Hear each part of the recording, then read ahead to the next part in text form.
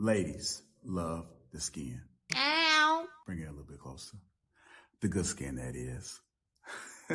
That's why having a proper skincare routine is very important, and you need to feel the Teej. The process is so easy, just 4 steps. You got your daily face wash. That's going to clean your face up nice and right. You got your exfoliator scrub. That's going to open up your pores. You got your AM moisturizer with the SPM 20, which is going to protect you from the sun. You also got your PM moisturizer, which is going to make sure your skin is protected throughout the night. Teej has tons of reviews from dedicated customers across the world. I know I said a lot, but it's okay, because guess what? It comes with an instruction card to explain to you in detail what to do morning and night. And because Teej is a sponsor, they're offering my family 30% off along with a free gift. Just click that link that's in the description and feel the Teej.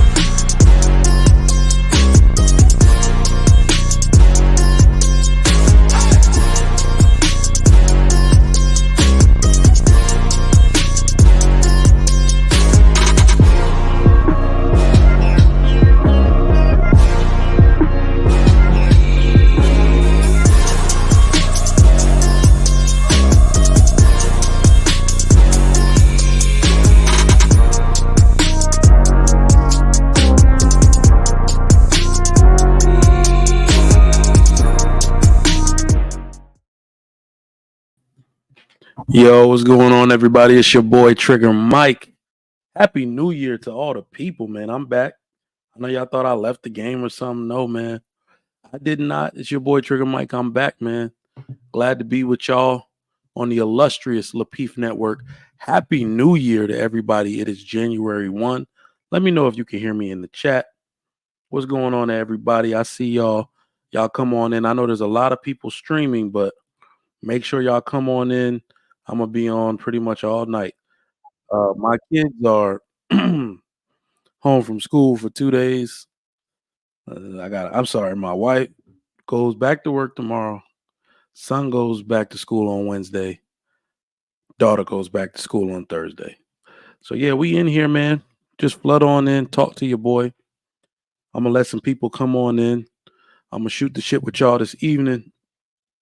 But I'm glad to be back in these YouTube streets. I've been watching, y'all been putting on excellent content as usual, excellent content on the Lapeef Network. All my people holding down the YouTube space. Y'all doing y'all thing out here. All right. A lot of people on, a lot of people been doing their thing. Um, yeah, Sharon was on earlier. Showed him some love. My man Israel was on earlier. Aaron O. Everybody doing their thing in these YouTube streets, holding it down. Hopefully, we can do some new stuff in 2024. You feel me? So, the topic for today is New Year, New You. But we're going to get into that in a little bit. Let's pay some bills. So, greetings and thanks to everybody for coming through to the Trigger Mike Show on the illustrious Lapeef Network. Salute to the viewers nationwide and international. Anybody that's currently watching this, I know we're on pretty late. All my UK people are probably asleep right now, but it's all good. It's all good. Y'all can wake up and catch the broadcast. I didn't notice earlier. I didn't notice, earlier in the year and last year, but we got a lot of international people that watch the Trigger Mike Show. So I'm glad to have y'all on. All right. Definitely glad I got those type of fans out here. I am thankful for each and every patron. All right. Each and every viewer that we get on the Trigger Mike Show. And I appreciate that. So they watch this after the broadcast, which I'm very thankful for. All right. So like, subscribe, and become a member of the Green Gang if you have not. Please make sure you support your local. I always say your local. Please make sure you support your favorite YouTubers. All right. Support your favorite YouTubers, especially the Lapeef Network. This is the Godfather network of them all, if you really want to be honest. Everything you see, it all kind of started from here. So I don't see why anybody wouldn't want to or shouldn't already be a member of the Green Gang. Go ahead and show your support to the Lapeef Network by getting that Green Gang membership. All right. Shout out to the sponsors, Tej Hanley, 30% off along with a free gift.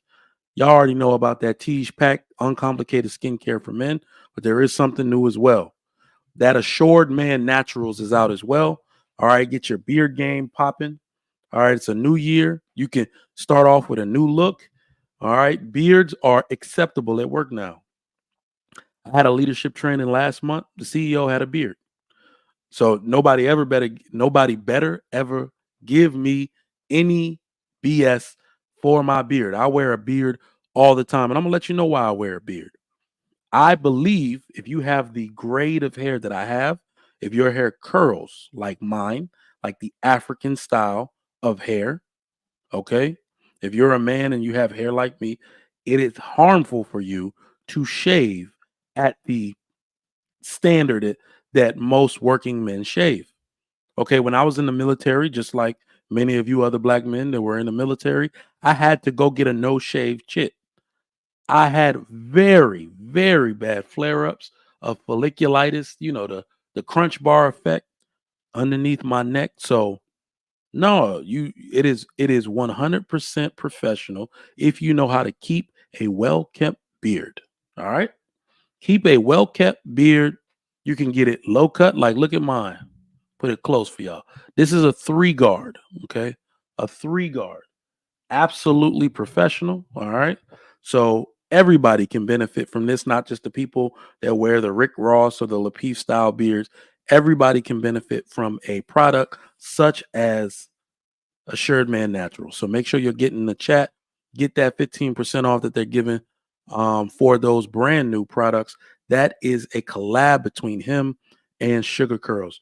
So I appreciate everybody for coming through. Support the show. Send a super chat. Send a super thanks if you like the broadcast after it's over. We always appreciate all the support we can get over here on the Trigger Mike Show and the Lapeef Network.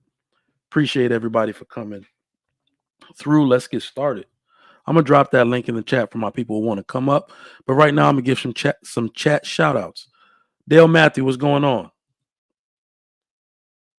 Jill's Chocolate Boutique, welcome, welcome. All right.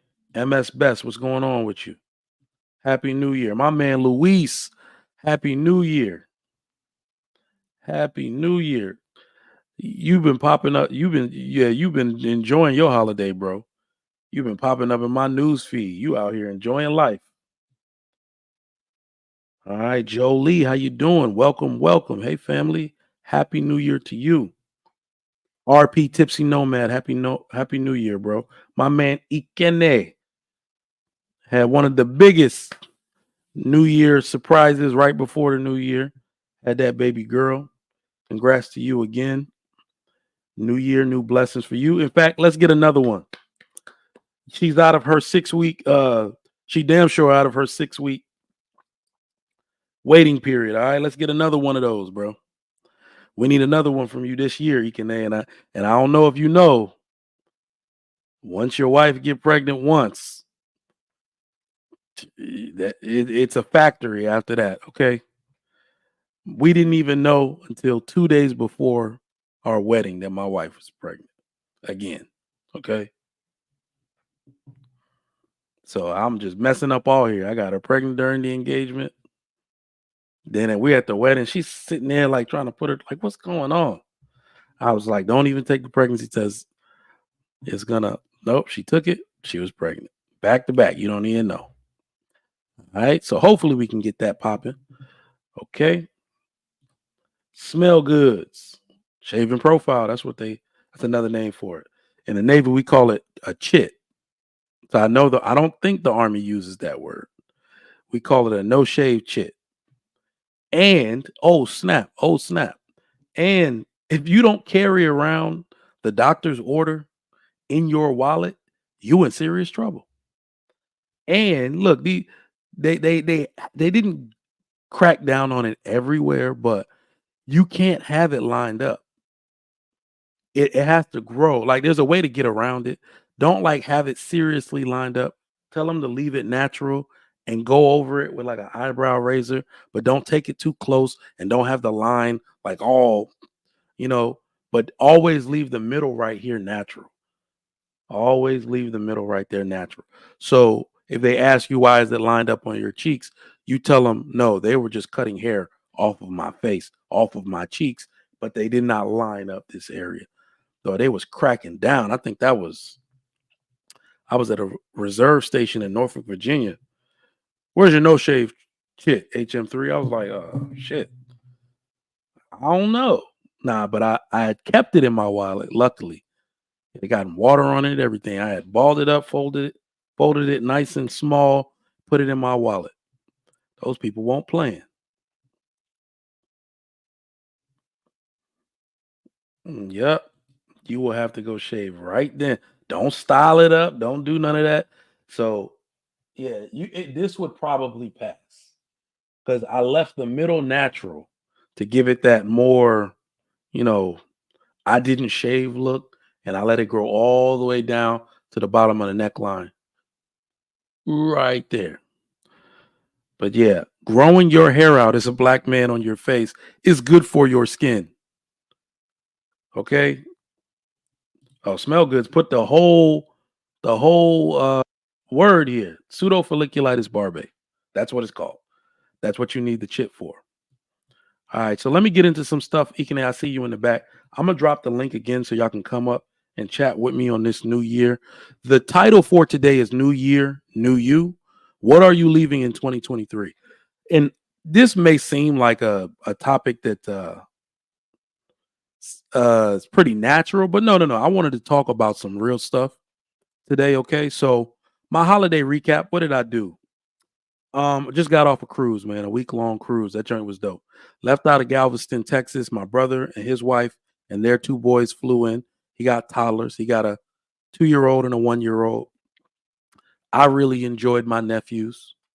We even talked about some stuff that I had no idea they were into. They might move here.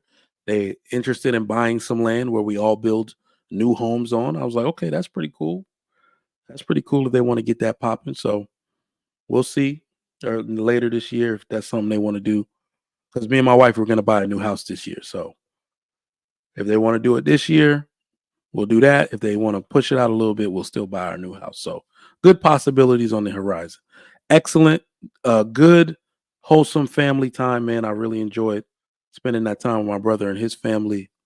That cruise, though, hey, that cruise was like that. And let me tell y'all, for those of y'all who are like sour on the Carnival cruise line, I don't know why y'all sour on it. Now, there were some things I didn't like, but I think I'm going to encounter this on a Christmas cruise, no matter, unless you're doing an all adults cruise through like Virgin Voyages or something, you're going to encounter some kids because it was the holiday. But what I really loved about it is that they have something called Camp Ocean, which is the daycare. I didn't know that. They keep the kids for free for certain hours of the day. And I didn't have to pick them up until 10 p.m. You got to pick them up. You know, they have breaks in the middle. So sometimes like 10 a.m. to 1, 10 a.m. to 3, bring them back at 6 to 10. But no, that was good. So me and my wife got to go out, enjoy some of the activities on the ship. So that part I really enjoyed. In my head, I said, well, damn, the kid's going to be here the whole time. But that wasn't true. So I definitely enjoyed that cruise. That cruise food is good. Those of y'all that been on the Carnival cruise, that guy's burgers, oh damn. I must have ate about 20 of them things in 5 days. Damn. What were our stops? We went to Costa Maya, Mexico. That is a beautiful port. Walking into the port is very beautiful. All right. Walking into Costa Maya port is very beautiful. Going further inland is a little less beautiful. It's a little impoverished, but the port itself, very beautiful. Right on the beach line, of course, is a port. And then we went to Cozumel. So I've been to Cozumel before, but I didn't leave the port. This time we left the port and went somewhere called San Francisco Beach. They have water sports, parasailing, jet skis, slides in the water. That was dope. So if any of you are doing anything like that, absolutely. I would recommend you do that. All right. So let's do a 2023 recap. So what happened for Trigger Mike in 2023? I started the Trigger Mike show, I believe January of 2023. So almost 1 year for the Trigger Mike show. We give it up for that. I don't have sound effects yet. I need to get a roadcaster or something. But yeah, give it up for 1 year on the Trigger Mike show, damn near. All right. I also started doing YouTube shorts and Instagram reels. I will start taking that speed up a whole lot. I'll start speeding that up a whole lot coming up here very shortly. And I want to talk about what I'm leaving in 2023. I'm gonna drop the link because I want to talk to y'all and I'm gonna bring people up. My man Ikene, what's going on, Chief?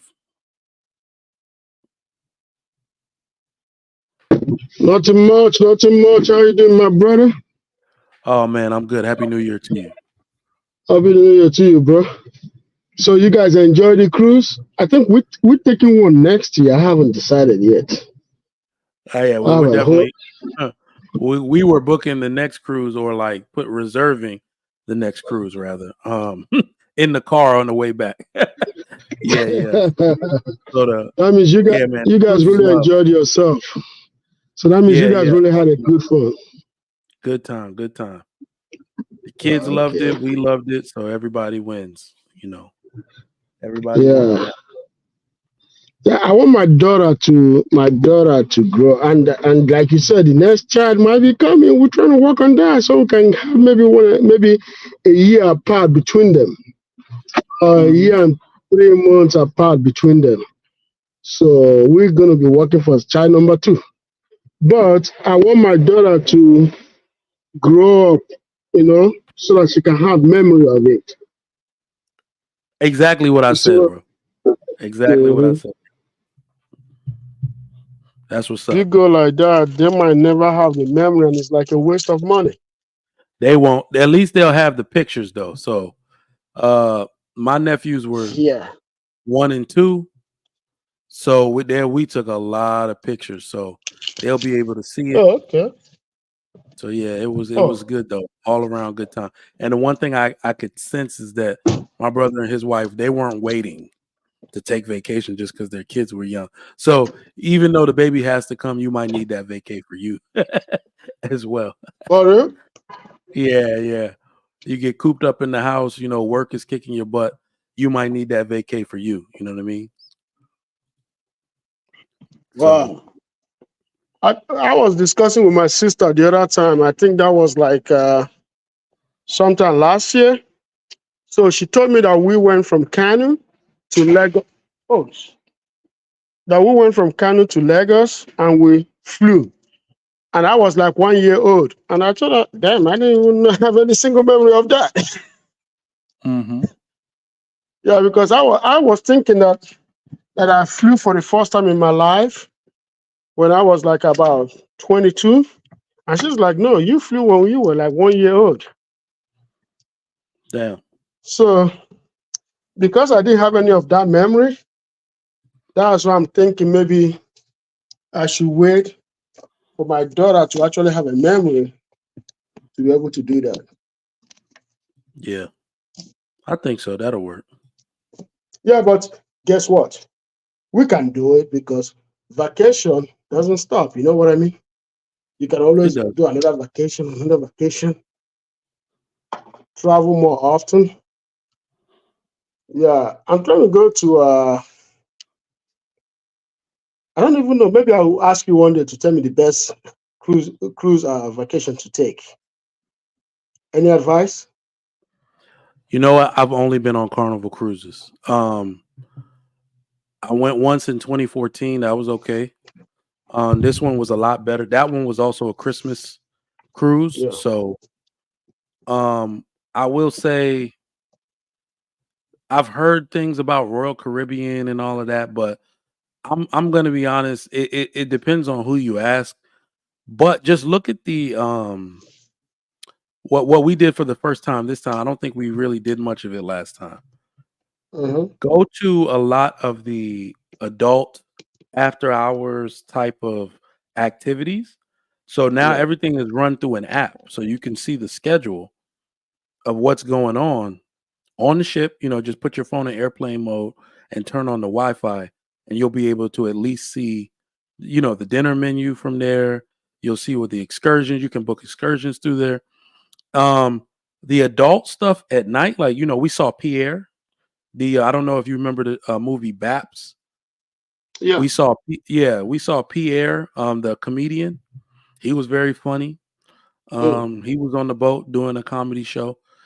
They had something called the Quest. It was funny, like adult type stuff. It was good. It was good. So yeah, just look at some of these cruises and what you would like. And what we really loved is that they have daycare, that they take the kids so you can attend that. So at this part of our lives, I'd say that's the best one. When it comes to that daycare thing, me and my wife were going back and forth because she works for the VA, right? Hmm. And the VA can they give her 6 months paid and 6 months unpaid, which means that because she's already my grandfather into VA, Hmm. so they're telling her that she can get up to 1 year vacation. No, maternity leave. She can Oh get up wow. to a year. Yeah, that's what I said too. I was like, wow. So she can get up to 1 year, but 6 months of that is paid and 6 months is unpaid. So so she and I were debating about daycare. I told her no, I don't think we should put our daughter in daycare until she's like 2 years old. Because some people, like most people, are telling me that daycare is not good for kids under the age of 2. Oh, I think So you blanking out. But Yeah, I was talking about daycare on the ship, just daycare on the ship. So there is one on the ship if you need to leave the Oh, kids there. you didn't hear what I said? What did you say? No, did you hear me before? Yeah, I I heard you before about your wife and getting the 1 year maternity leave. Oh, so okay, I blanked on my voice. Okay, let me. If you can hear me now, what I was saying is this: I was trying to tell my wife that after discussing with some people, right, they were saying that daycare for a child under the age of 2 is not good. It's Oh, good okay. for the child to bear into to bond with their parents for two hmm years before going to daycare. So, what do you think about that? Is it a good idea? Um, well, no, I think it's not actually.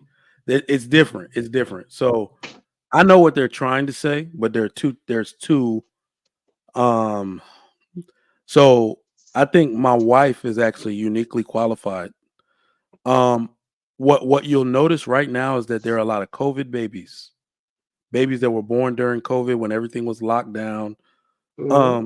And people were afraid to put their kids. Those kids suffer like language delay, and they Yeah.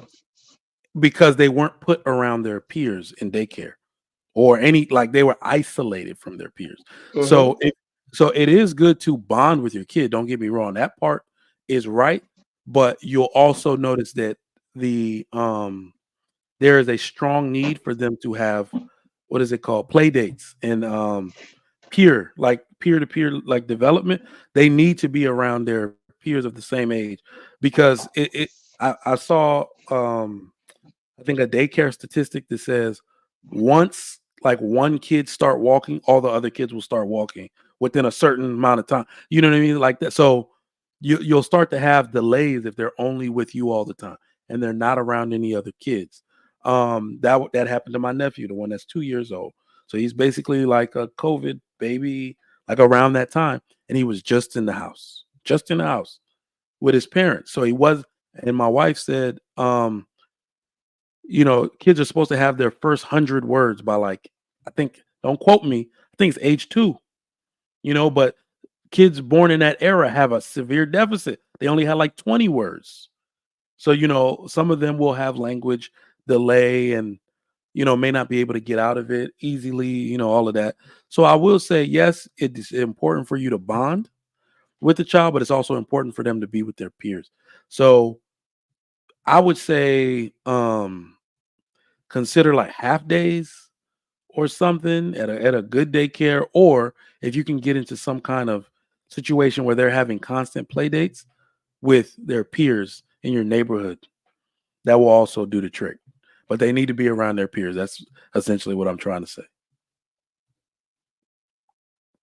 Okay, that's some good information that I have to actually put into consideration because like we've been going like she wanted the kid out to bond with that's to play with those kids, but at the same Mm. time she was also thinking we are thinking about that kids actually do enjoy each other around that period too. You get all these injuries and also bringing disease home, bringing sickness home, Yep. uh, because those are the things that parents also do run into. Reduce the tap a little bit. Don't make it, just reduce it a little bit. Yeah, keep going down. Yeah, like that. Better. Yeah. Yeah, so that kids will not, bringing all this sickness home and all this stuff. Mm-hmm. Yeah. Because I didn't really go to daycare when I was a young kid, but my brothers and my sister, some of them went to daycare. And I was like, but I became more home attached than them. I go outside, cause trouble, fight, but I still always come home. So I Yep. have that home bonding because I was in my house up until I was 4 before I went to, because in Nigeria you can either do pre-K, which now is kind of parents do pre-K because the mothers are lazy if they're not working, and if they're working, then I see the reason. But some of the mothers in Nigeria don't even work, but they push all their kids to daycare while they are home doing nothing. Watching TV, watching all these things, but they're not really doing anything. But they're sending their kids to daycare. But she don't Oh want to no, get a job either. nah, unacceptable. Yeah. Unacceptable. That's No, honestly that because I know some of the mothers, like when I was growing up, no, when I was my teenager, I know some of the mothers that didn't work, but their kids went to daycare and she's not doing anything at home, going shopping.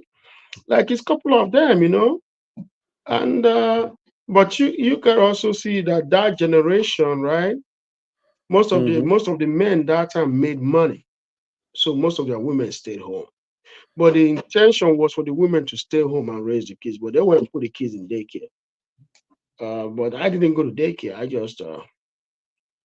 I stayed home. But my mom's shop was in the same building that we lived, so I didn't go to daycare. okay. All right, man. I want to ask you the question of the night. What are your New Year's resolutions? Okay, 2023 was a blessing and a curse to me, or a curse and a blessing. You see, Mm-hmm. I lost my dad on the 5th of January. Man, sorry to hear that. Yeah. Then had my daughter 7th of October. So God took one from me and gave me one. And then That's how it I works. started building my businesses in 2023 that has been taken off. So I Yep. was but my New Year resolution is to stay more healthy, exercise more than before, but also exercise my mind and brain because I have a lot. In fact, I'll tell you, all the schedules for this new year is fixed. Mm, Like I've already, the major things that I have to do are all in schedule. But good. I need good health and life and safety on these Texas crazy highways. Because a lot of people get out of their house, but then they get killed on the way or get involved in a bad accident. So we always have to understand that Texas highways are very dangerous. So my New Year resolution is to work out more, exercise more, both my mind and my spirit and my brain, and do everything that I can to also render help to those that need help and keep being a good person. And also still come to podcast to talk shit if I have So interestingly enough, I don't no longer do the New Year's resolution thing. We started the Daniel fast today. We do that every year for 20 days. So that usually to. does the weight part for me. I'm gonna drop 20, you drop a pound a day. You can't eat anything on that fast. My wife's sisters came over today, brought some food that we could eat. So that was good, but naturally being healthier, being here for my kids and all of that, that's a constant, constantly on my mind. But I even went ahead and made some YouTube resolutions because Yeah. seeing as though we are going to be doing this for a while, I think we have staying power in this space, right? So I'm not really, I don't wear this off cam. Like I don't think anything has ever happened to me, and I was pissed about it, and I went and stomped off into the like, oh, I can't believe that happened. Like I don't wear this, and I believe that people who can just do, we can get on cam, we can do what we do in this space, we can talk our shit, then leave. I believe those type of people have staying power because if I'm not mistaken, about 10 people that we know in this space, quote unquote, quit YouTube today or Hmm. yesterday, right? So, no, I think we're going to be around, but there are some things that I want to um, address. Ironically enough, my brother said he wants to come up here. My brother's very smart. If you think I'm smart, then you'll think my brother's smart. But um, he said he wants to get into the space, and he was asking me some stuff, and I was telling him some stuff and advising him, and I said this doesn't work the way you think it works. And I said, because you're smart and logical and you tell the truth, you think you're going to be received with that truth. I had to let him know that's not how the game works. And that made me develop some thoughts of what my resolutions are, especially as it pertains to YouTube for 2024. I am going to stop conversing with stupid people. Put a one in the chat if you agree. That's what we all need to stop doing in this space. I'm going to stop conversing with stupid people. I was on a podcast this morning. Um, and somebody that I find to be not stupid. I don't find him to be stupid, but he does stupid shit. And he came up on the panel, and I said, "This is the time for me. I already know how this conversation is gonna go. I already know he ain't gonna be on nothing. His whole shtick is to be a disingenuous asshole who just says stuff. So I'm just leaving. I just left. So my very first test, I passed it. I just left. And the reason why I say I'm done conversing with stupid people is exactly what I told you happened with my brother. If you are using facts, especially facts that you know to be true, or one of those like facts that we all have through life experience, like the sky is blue, black Mm-hmm. men's hair is curly, like shit that everybody knows, for the sake of not being wrong, stupid people twist those as if they aren't really facts, or they'll do whatever to discredit something that's actually a fact. So even though we know black men traditionally have curly hair, they'll be like, "Well, not all black hair is. Some black hair is straight." Like I'm done. I'm done with those people because conversing with stupid people makes you. I believe I'm getting dumber because I think what? Yeah, go ahead. Go ahead. one thing about stupid people is this, right? They like to be heard, and being heard means that they have to say stupid things so that they can get everybody to pay attention to them, and then to continue in that stupid shit because that's the only way that they get attention. Yeah, because I'm surprised. In fact, I find this out in YouTube, not even on television, that there is two types of truth: your truth and the truth. Mm-hmm. Yep. Like some people will be like on YouTube, my truth, this is my truth. I'm like, okay, is it your truth or the truth? Which one are we going by? Mm-hmm. Because your truth means that that's how you want to frame it. But the truth means this is how it actually happened. So which one are we getting? Yeah, there's a lot Absolutely. of stupidity is so sad that today's stupidity has taken over the airwave. You can try to silence him, say, hey, you know what, I'm going to walk out of this guy. You're going to walk into another stupidity, right? Because it's something that we are confronted in today, 2024, is that we have to deal with these people. Walking away from them, does it help the situation? I will tell you it doesn't, because that person is either going to face him again or face somebody close or worse than him. There are a lot of them out there. You see what I'm saying, Trigger? But for me personally, I think my thing is that I think this year we're going to talk more about politics. You see what I'm saying? Yes. Yes. Yeah. So It, this year, I'm actually going to use everything. I've actually taken a break from politics to do this YouTube thing. I used to be very heavily involved in politics and what was going on and sharing my opinion. But mm, Tommy, you know Tommy Sotomayor, he wants to do a show with me. We haven't titled it, but he hits me up like, man, when we gonna do a show? He sent me his numbers. I'm gonna call him. But listening to his view, we're gonna do a show called Conservative Douchebags. And mind you, we didn't say Republican, we say conservative. So mm, I like his take, not necessarily on everything. Naturally, I don't agree with anybody on everything. But what I love most is that I want to create a show where people are not afraid to piss mm, black people off in a political sense. Because what's going to happen in this election year is that a lot of liberal progressive talking points are going to be put out here. A lot of lies are going to be put out here. There's going to be a lot of mm, agendas and propaganda to try to stir the emotions thank of you. black people so the Democrats can get a vote in November, right? And I just want other black people, and it's going to be black men. To me personally, let me just give you a conservative black man is going to be the savior of America. I'm telling you.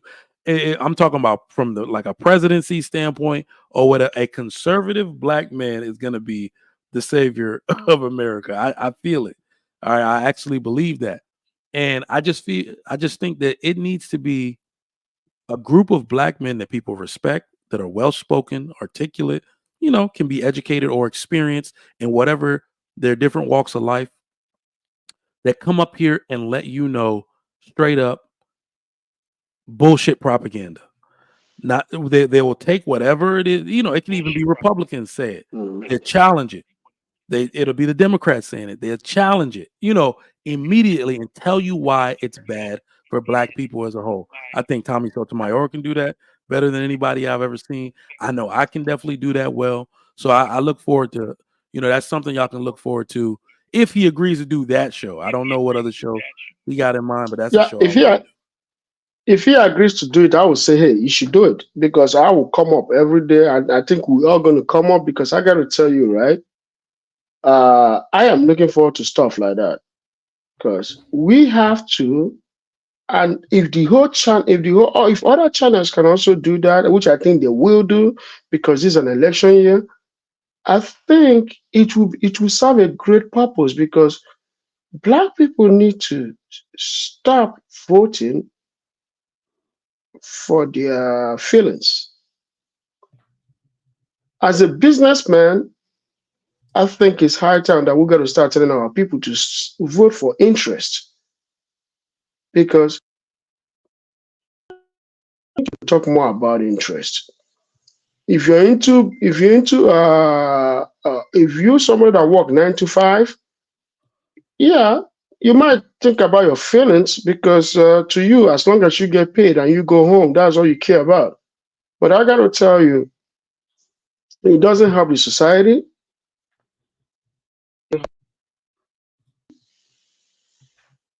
It doesn't help any of us if we should only vote our feelings. I don't mean that you shouldn't have your feelings, because some of us have feelings, to a higher degree. Some of us apply feelings to knowledge. Some of us apply feelings to logic. But I'm just saying that we should apply feelings to logic, which means, yes, you might like a Democrat, but ask that Democrat a question. What will my vote that I'm giving to you benefit me? What is there for me? Because that man, that woman that is going to Congress is not going to Congress because of you. It's going to Congress because he's going to have a lifetime health care. We don't understand this. Anybody that goes to Congress, that is why you see some of them, once they go there and serve only one time, they don't care if you vote them out. They are going to have a lifetime health care. Their children are set. They're doing it for one interest, the interest of his and her and his family, or hers and her family. So you also have to ask that person that same question. If I'm voting you and your family to get this benefit, what benefit do I get in return? Because I'm about to better your life and your family till that kingdom come. So what do I get till that kingdom come? But you want to kill yourself for a Democrat? You want to kill yourself for a Republican? These folks don't care.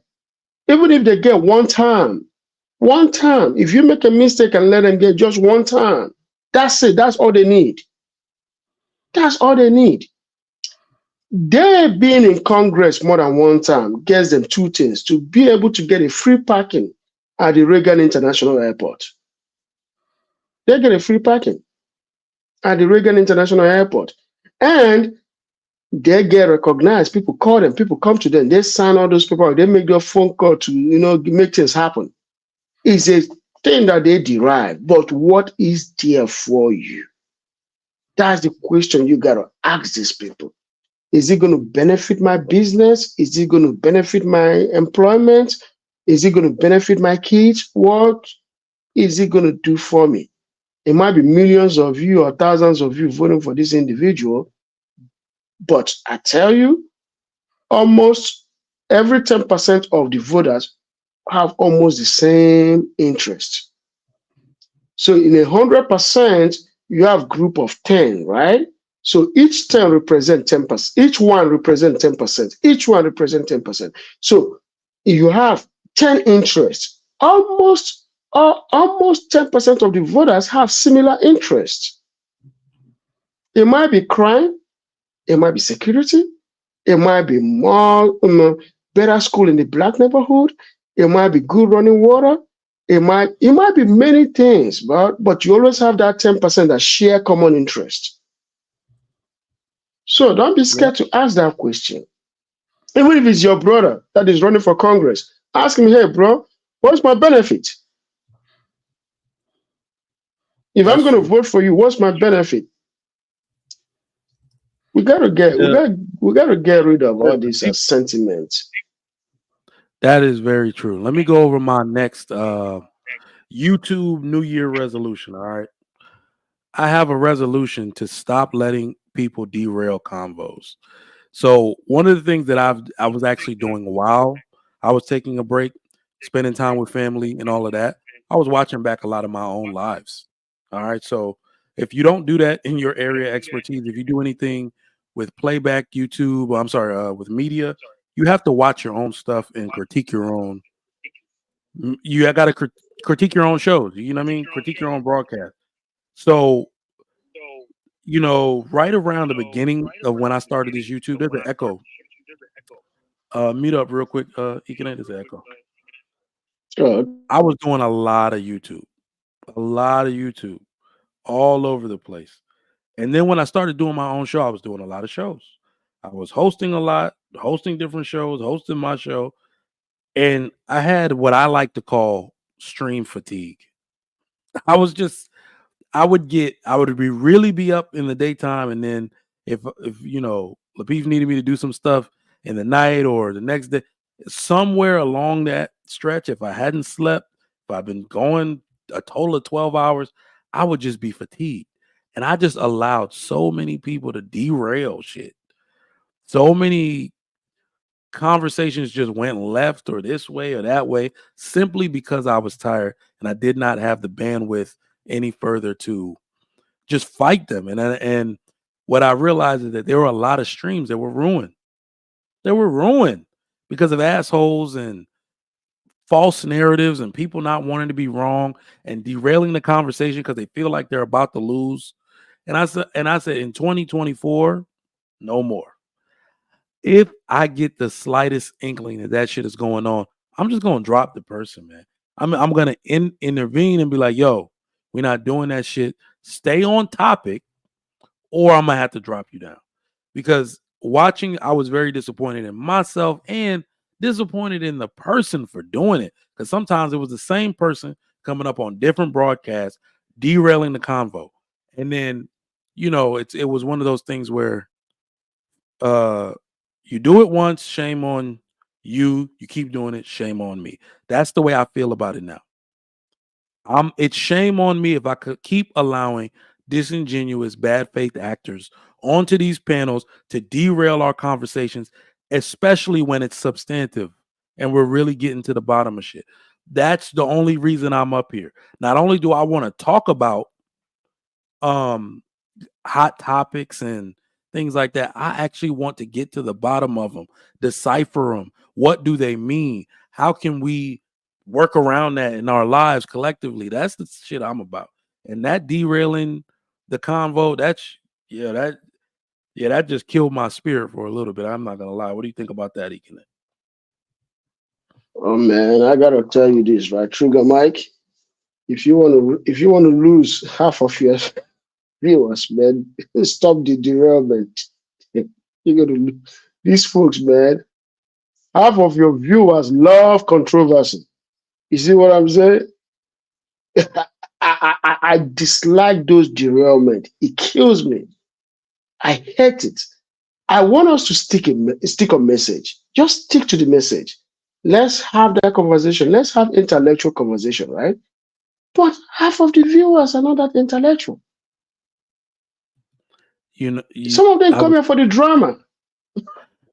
I told that to my brother. I said he was saying something about Thomas Sowell, and he was just naming all these philosophers, and he's like, people need to teach. I said, stop. Let me stop you right there. I said the average person on YouTube don't know who the hell the average black person don't know who the hell Thomas Sowell is. I said they don't know. I was like, drama sells, man, on YouTube, on Drama cable cells. media, drama sells. But let me tell you how invested I am. I'm in this new strategy. Maybe it's just time for new Mm-hmm. viewers. It's just time Yes. for new viewers. Log off. Don't watch my show because what we're trying to do. All right, I'm a husband. I'm a father. I'm trying to have real Mm-hmm. life conversations about real shit we're all Mm-hmm. going through. That derailment. So one of the things that I loved about some of my favorite YouTubers, even Tommy, even the Angry Man, Kevin Samuels when he was on, they were saying things that would challenge you. You didn't have to agree with them. Mm-hmm. Sometimes they would challenge you and you'd be like, can't implement that in my life. That's bullshit. But sometimes you would learn something as well. Mm-hmm. So it's like, oh well, I challenge that and I can take a piece of what they said and implement it, or I can, they're giving me something to challenge and put against something going on in my own life. But what really happens is that we're thinking the whole show. And just basically Mm-hmm. as they're talking, we're just trading thoughts at that point. And that's always been very beneficial to take somebody else's point of view, apply it to see if it applies to your own life. Talk in the chat and be like, well, I agree, I don't agree. This has worked for me too. Those are the conversations I'm trying to have where everybody's thinking and giving, feedback. Not necessarily doesn't necessarily have to be positive, but you know what I mean? That's what I'm trying Okay. to get Okay. going. Look at it this way, Trigger Mike. I gotta be honest with you, right? Every time you have a derailment like that, two people or three people are gone, five people are gone, 10 people are gone. You still have about 50 or 60 that really like that derailment, the drama that comes with it. But just check the whole 360, right? How many people that do come on the show and leave right away? Times that by 360, right? You find out that the people that want to really have those intellectual conversations, right? They are living at higher rates than the ones that are staying. Yeah. So it is a very, very good idea that you should do that. Because if you look at human thinking, human beings have always wanted where they're going to go get solution or get answer to their question, right? Mm-hmm. I've always told folks all the time that 3% of the world are criminals. But it can be 100% if you're in a bad neighborhood.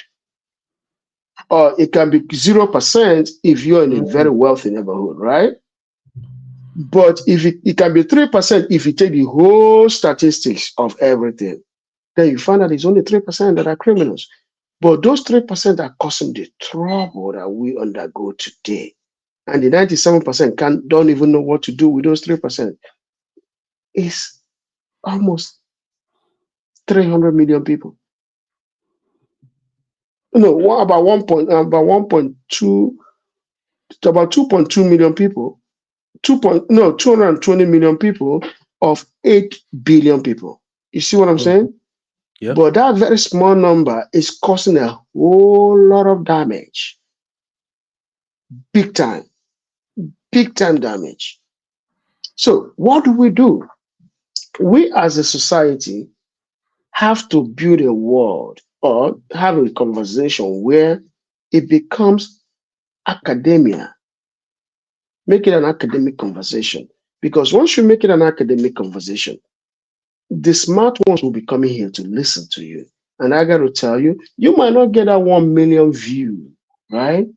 But you're going to reckon almost 500,000, 200,000 view Yep. because they want to have intellectual conversation that they will take home to, not where somebody's yelling or cussing somebody out or derailing the conversation, because most people like to stick to conversation. Only small number of us want to be dramatic about it. Absolutely. But that was my Like look own. Go ahead. at this real quick. Look at this real quick. You see, you and I were having conversation. It's only the two of us here, and we are able to have serious conversation that are beneficial to the very few that are on this podcast right now listening, and they are taking something home. But just imagine we are 4, 5, 6, 7, which we really want to be 4, 5, 6, 7, because if Matthew and Lauren, they don't have to be on camera. If they can come up and have this conversation with us, right? And also Torrance, come up. We can make it 4, 5 people and have substantial conversation where names are not called, things are not stretched out, words are not taken out of context, but be able to have a conversation that will be meaningful to all of us, right? I tell you, somebody, one of these people that can't come up tonight will go home happy that they were able to get something substance out of this. Absolutely. Yeah, man. We got a few things coming up. Because even this like particular, one-on-one panel for the Trigger Mike show, you're probably going to see this less and less.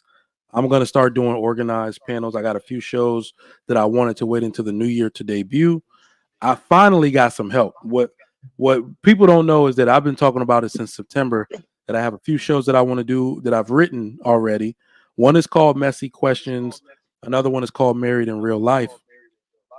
It is extremely hard to find good people for panels, and let me explain why. Everybody comes on the panel. It's just like what I would imagine a reality show is like. People come on a reality show thinking that they can control the narrative of how they're viewed by the public. You see what I'm saying? They're like, well, I'm this type of person. I'm this type of person. And this is the way the world is going to view me. That is not the way it happens. Because the first thing you say wrong, that you say out of context, or that you say that isn't wildly popular, and you start seeing people in the chat going against you, that tends to make people switch up. Or people like me who don't switch up. My narrative has been the same. Y'all know what I'm about. I don't change that for nobody, regardless of what anybody's saying in the chat. And that's the way people have to be. And what'll happen is someone will get challenged, right? They'll get straight up. They'll get their ass whooped on the panel, basically. They don't want to come back no more. You see what I'm saying? So it's like, look, is your goal to be effective? Is it to have the dialogue, or is it to be right? So it is extremely hard. And my sister-in-law, I'm going to ask her to help me out. My brother's going to help me out. They got a few, they're about 5 years younger.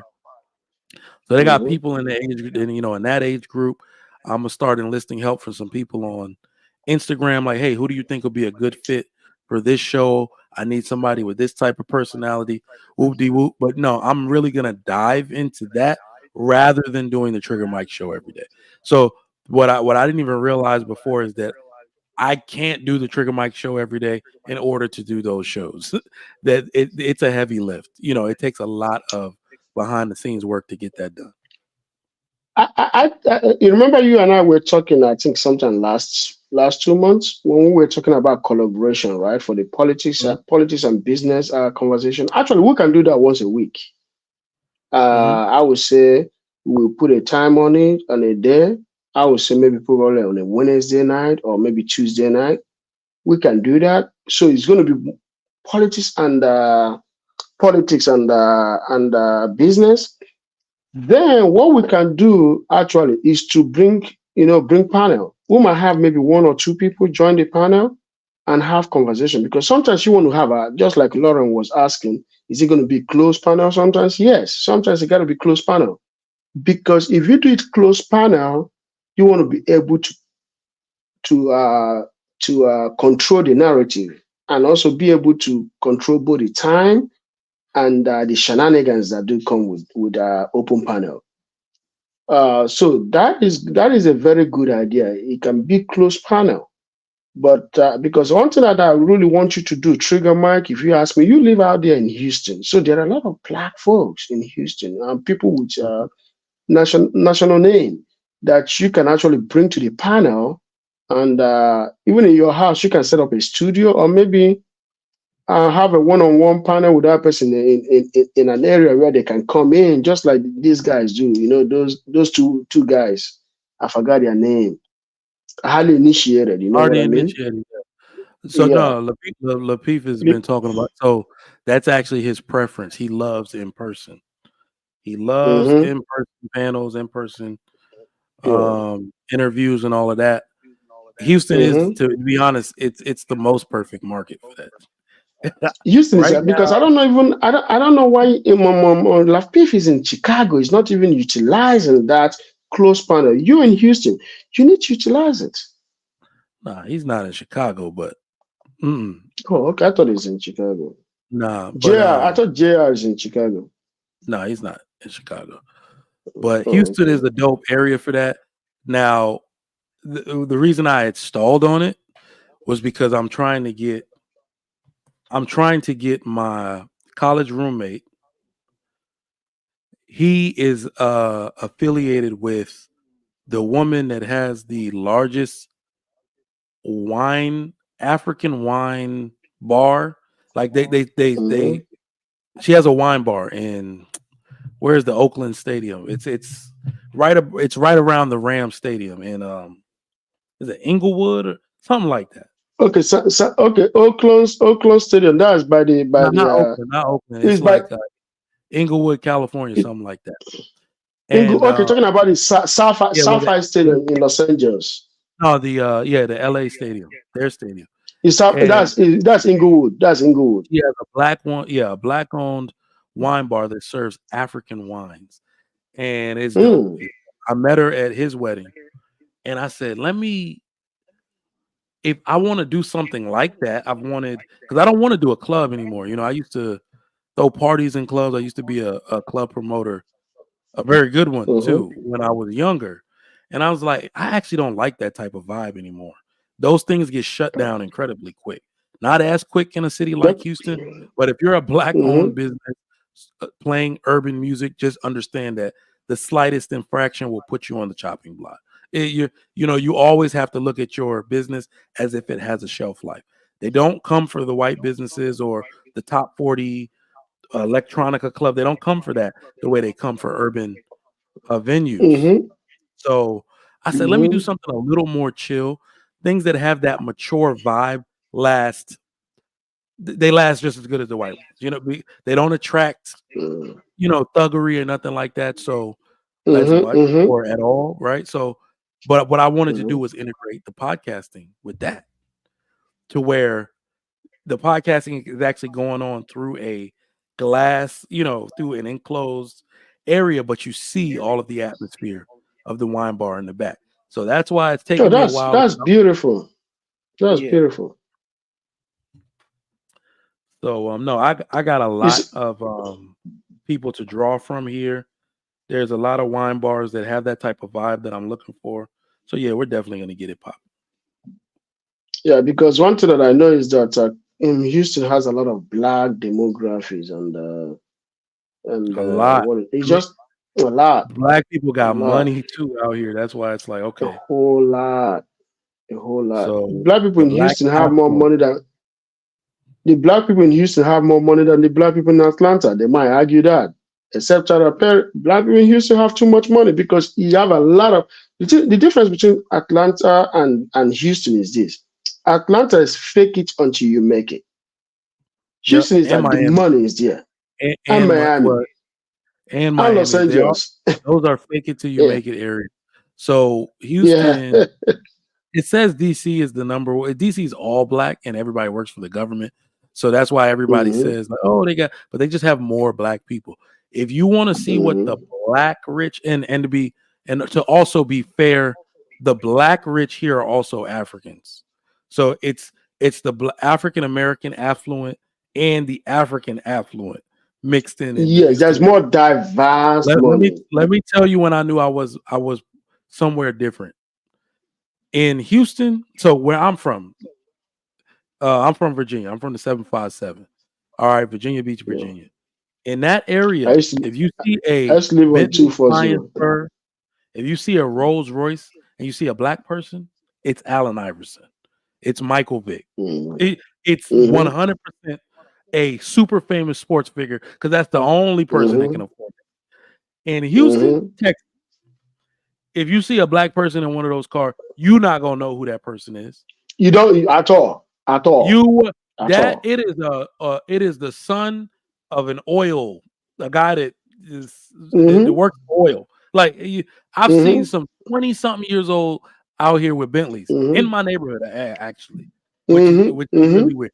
This girl, this is a white girl, but the high schoolers out here drive those the electric BMWs. That's what they're all buying in high That's right. schoolers now in my neighborhood. Mm-hmm. The i3 or what. I was like, what the girl that jumped out of the car was petite, like little small. I was like, God, who bought her this $60,000-$70,000 car? So yeah, Oh boy. that's when I said Houston is on a different type of level. I was like, when it comes to Yeah. black people and money, there is no money actually knows no color. Everybody can get money. Everybody Mm. can own a business. If you hear that the best doctor or the best person in an area, that it's actually less often that it's a white person. It's going to be a black person. It's going to be an Indian person. The best of anything can be anybody in Houston, Texas. That's what I love about it. And that's something that trickles to Dallas too, because you remember back in the days, Dallas used to be like whenever you see somebody driving Bentley, it's one of the Dallas Cowboys, or maybe, in fact, mostly the Dallas Mavericks, because NBA is paid higher than NFL. Mm-hmm. So that's in proportion or across. But here in Dallas, you still see the same thing, but Houston has more money. But in Dallas, you see people you don't even know. They're not even in it, but they drive Bentley. They drive I8. They drive badass cars. Like they drive Lamborghini. But you Yeah, don't even know who they are. but when you actually get to interface with these people, so now I live in a very large community. So that's why I got to tell it this way. It's like I live in a part of the community. They got the $1 million homes and the gates and all that, but I live, in the $400,000 section, not the $1 million section, right? So, but we all live in the same community, right? So we frequent the same stores. I've told y'all multiple times, Primary Arms, the place where I buy my guns and stuff like that. I'm a dealer for them. The owner lives in my neighborhood. I've met him at Orleans Seafood, just talking, and I think I had on the hat or something. Hey, whoop de whoop. Then when he said his name, I was like, why? Why does that last name sound familiar? He's the CEO of the damn company, right?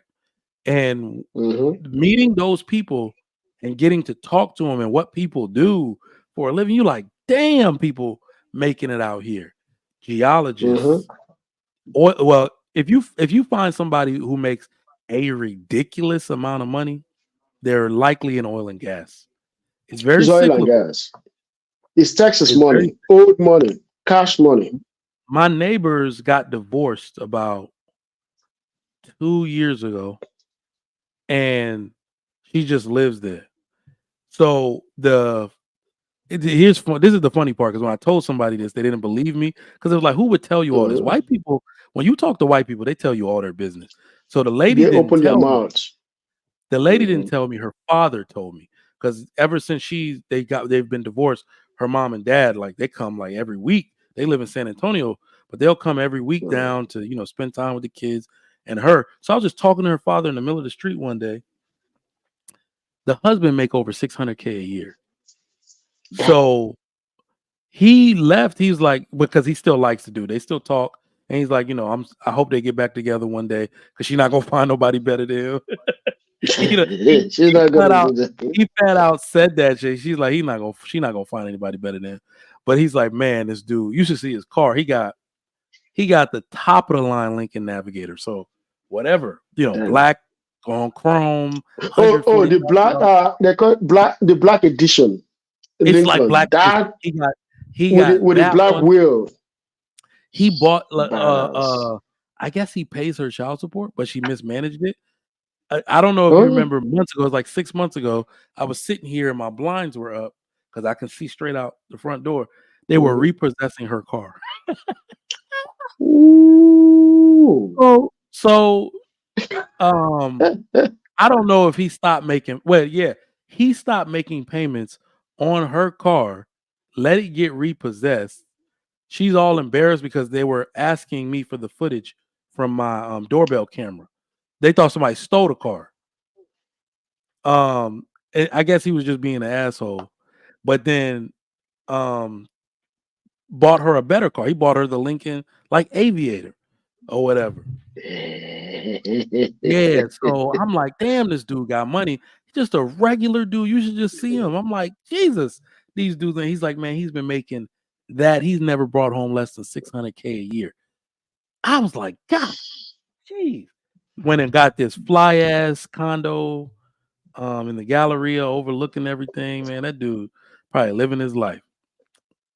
Crazy. One thing that because I'm coming to Houston maybe in 2 years to open a business over there for my transportation.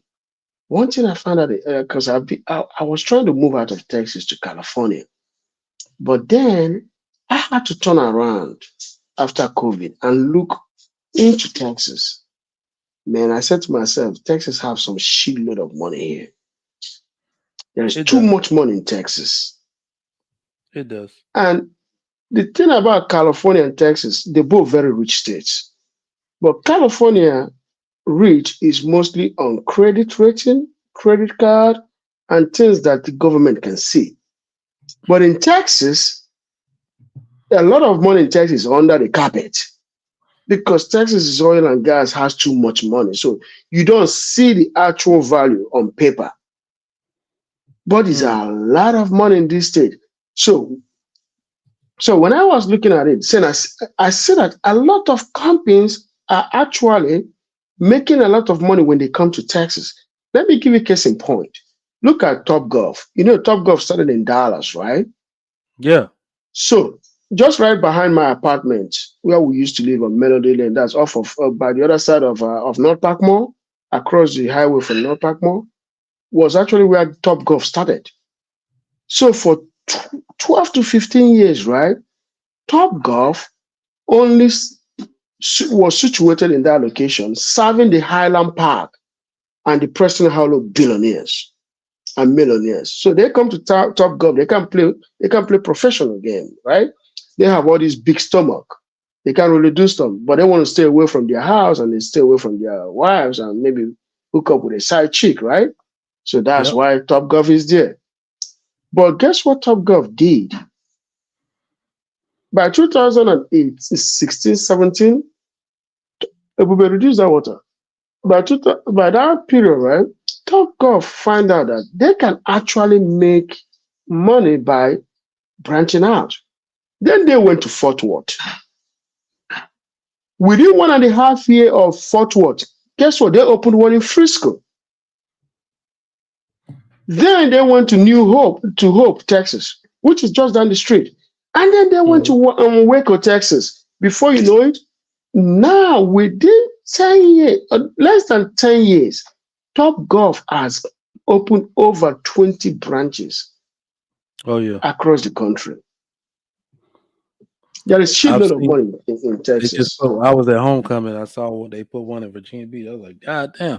So interestingly enough, the business that I want to start is based off of Top Golf. Okay. My business plan is based off of Top Golf. So, I'm in the gun industry. And what people don't realize is that, I'm an FFL, I can sell guns and all that. I can build them, but there's actually not a lot of money. There's not a large amount of wealth in the gun industry. What you have to do is add something to, build a business around firearms, not firearms themselves, because the margins are very small. I have a website where they sell on their own, but I have to spend 500 to make 125. So it's a little, the margins are low. So what I did was I'm going to open a gun range. And one of my investors is the owner of Primary Arms. So the CEO of Primary Arms. And what did you know that if you were to say, what does Top Golf market themselves as? What do you think they market themselves as? The facility. What do you believe that they are? Uh, as more like a chill, is a chill place. Not really the golf, but somewhere that Exactly. people can come and So drink if you ask beer, the average eat. person, yep, if you ask the average person what to go to Top Golf for, they would say, golf. I'm going there to golf. Top Golf Yeah, does not describe itself as a driving range. It no, describes itself as a bar it's a and bug. a A restaurant date.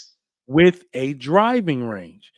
It puts Mm-hmm. so much effort into making sure the food comes out fast, that there are finger Mm-hmm. foods accessible that won't get all on your hands, or Mm-hmm. their menu is even curated to make sure you can just kind of bite your food and go back and dry. Like the drinks, the food, the brunch, they do all of it is all like thank you, Empress Vibe. It is a lounge with a Mm-hmm. driving range, not a driving That's right. range with a lounge. They Mm-hmm. make just as much money, if I forget, from their food and beverage service as they do from Mm-hmm. renting those spaces. So I took that That's right. concept and said, when people go to the gun range, they're going, I teach. That's where I make most of my money actually, from the courses that I Mm-hmm. teach, the materials that I sell at those courses. What I realize is that my courses are so popular because people are one afraid. They don't know what they're doing when they have it's scary to enter the world of guns. If you want to own a gun, if you want to carry one every day, if you want to go to a gun range and look like you know what you're doing, it is scary for people. Mm-hmm. So people lack the training to do these things. So what my gun range is actually going to be, it's going to be a training center with the gun range, not a gun range with a training center. You see what I'm saying? So our entire business plan is going to be about around competency and training for the entire community. Meaning there is not one um gun range or like USCCA type thing that tells you what type of training schedule a civilian should have to stay competent with guns. There isn't one. Right? So that's what mine is going to do. You're going to buy a membership. It's going to be the Top Golf of guns. We're going to have games for your accuracy, for your Mm-hmm. marksmanship training. We're going to, all of that. So you're going to come in once a month for free if you're a member and retrain. You're Mm-hmm. going to get 50 rounds, put them down range. You're going to get private instruction. So it's going to be all about training to where the entire community is going to say, well, damn, I'm going to go to this place and get a membership for the cost of $30 a month when they're letting me get all of this value and I shoot, I don't pay. Um, and now everybody's like, oh, if we're all competent with guns, we got to go through this business. So that's how Top Golf became so successful. Mm-hmm. You think about having a good time, you go to Top Golf. If you think about going to golf, Mm-hmm. uh, you go to Top Golf. You see what I'm saying? So, Mm-hmm. Mm-hmm. So my question so is this: how are you going to be able to integrate that a mhm. gun?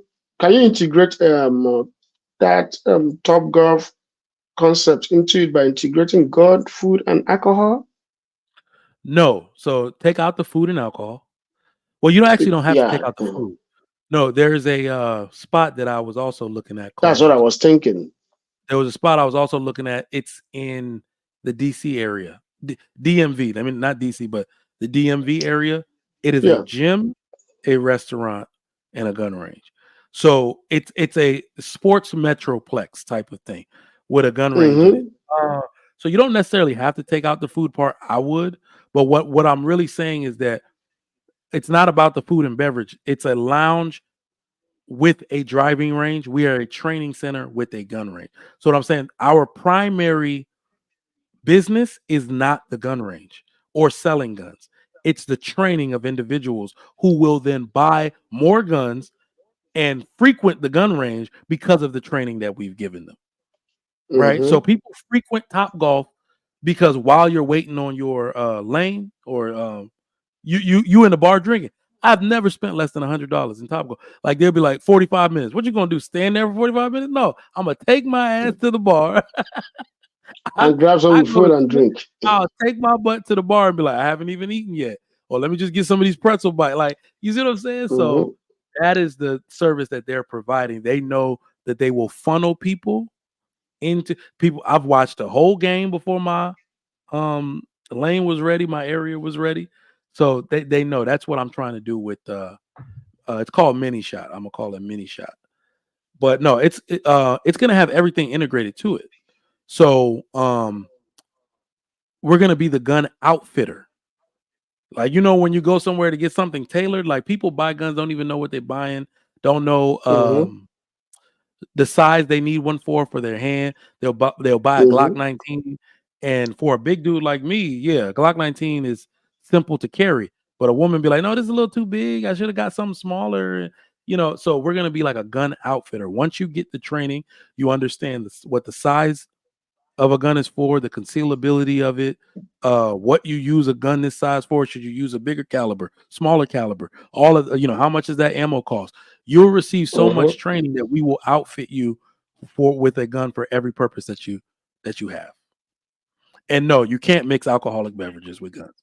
To the people Yeah, that's that's what wondering. because I know. Yeah, because that you can't mix it because I think it's against regulation, right? Absolutely, absolutely. But you got to bring food because the thing is this: if you providing as a businessman, right?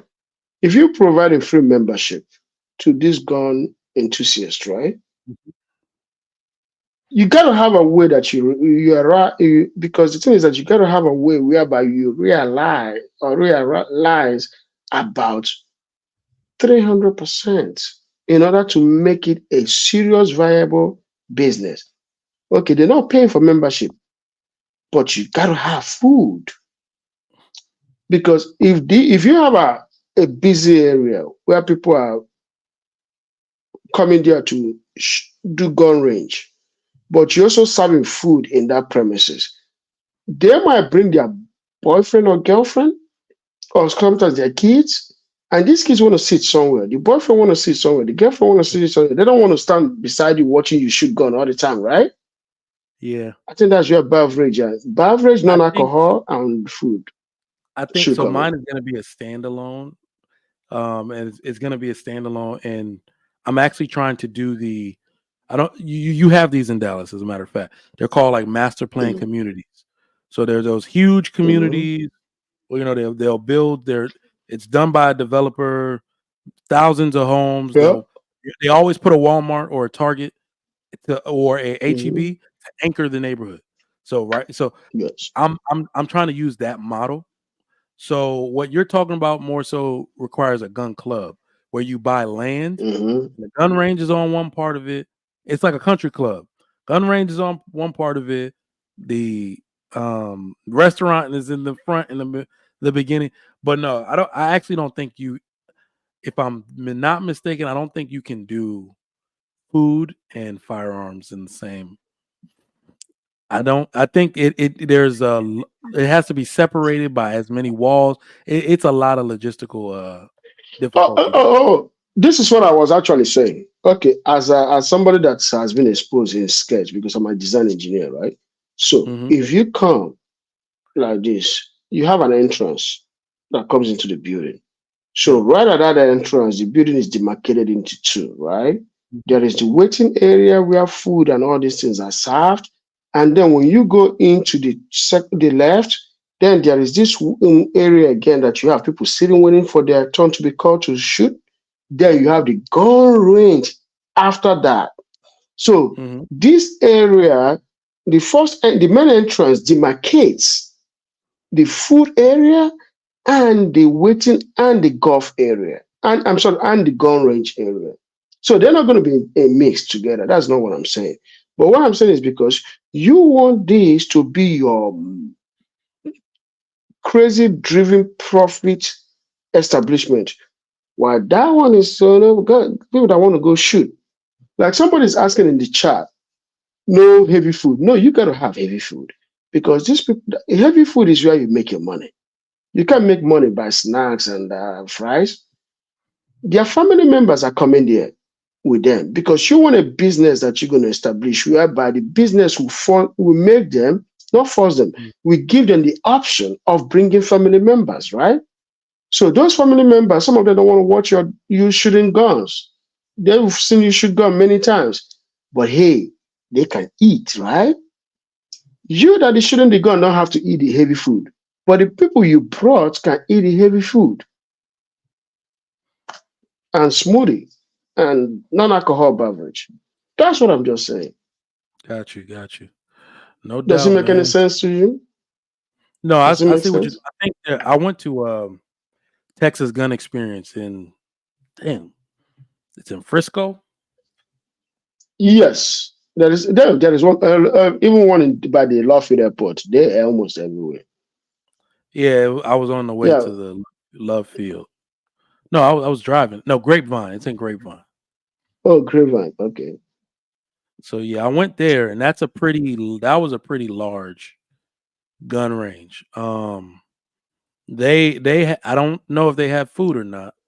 I was just down in the area. They looked like they had several different areas. They had an upstairs area Mm-hmm. for training.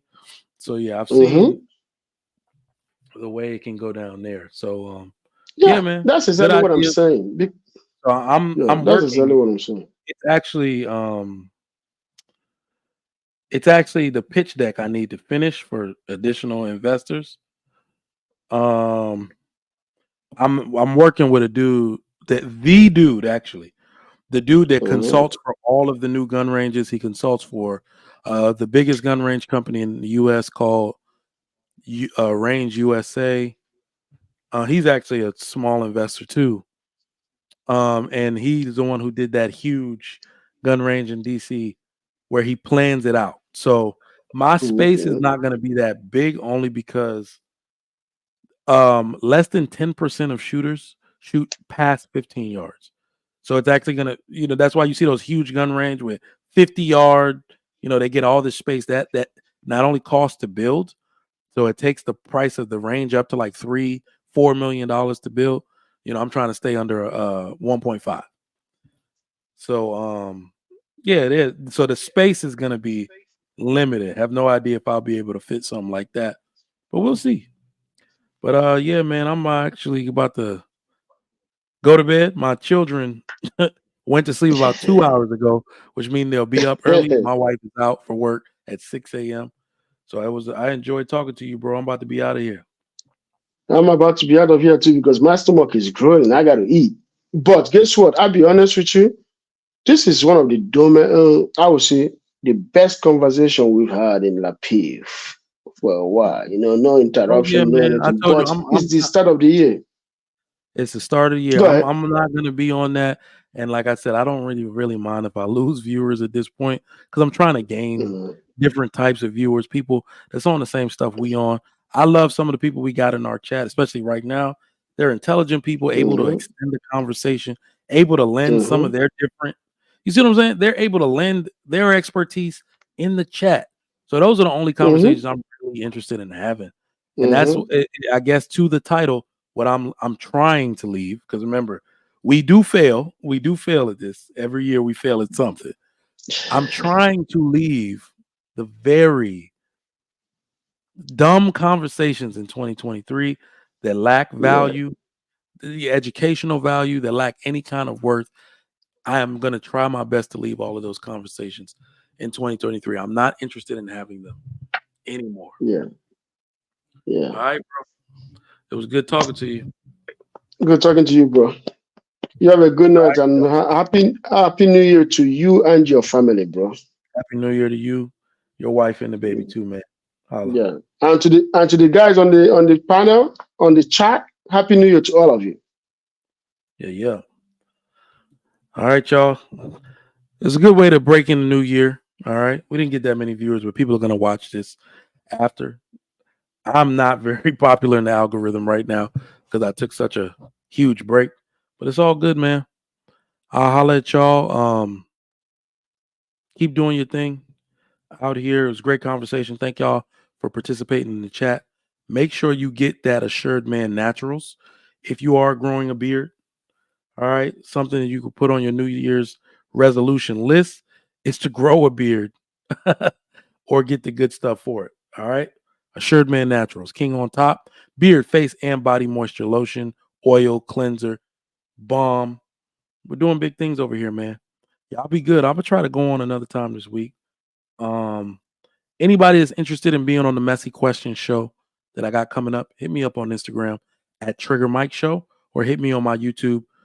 Also got a show that might be coming out with Tommy Sotomayor. I'm trying to call it Conservative Douchebags. I need to run it by him as to what he wants to call it. So yeah, good things on the horizon for 2024, man. I hope everybody had a blessed day. Please make sure you get out here, talk to your fam, make amends with people. Live your life simply. We maturing. Hopefully great things coming for you in 2024. I'm out. Catch y'all next time.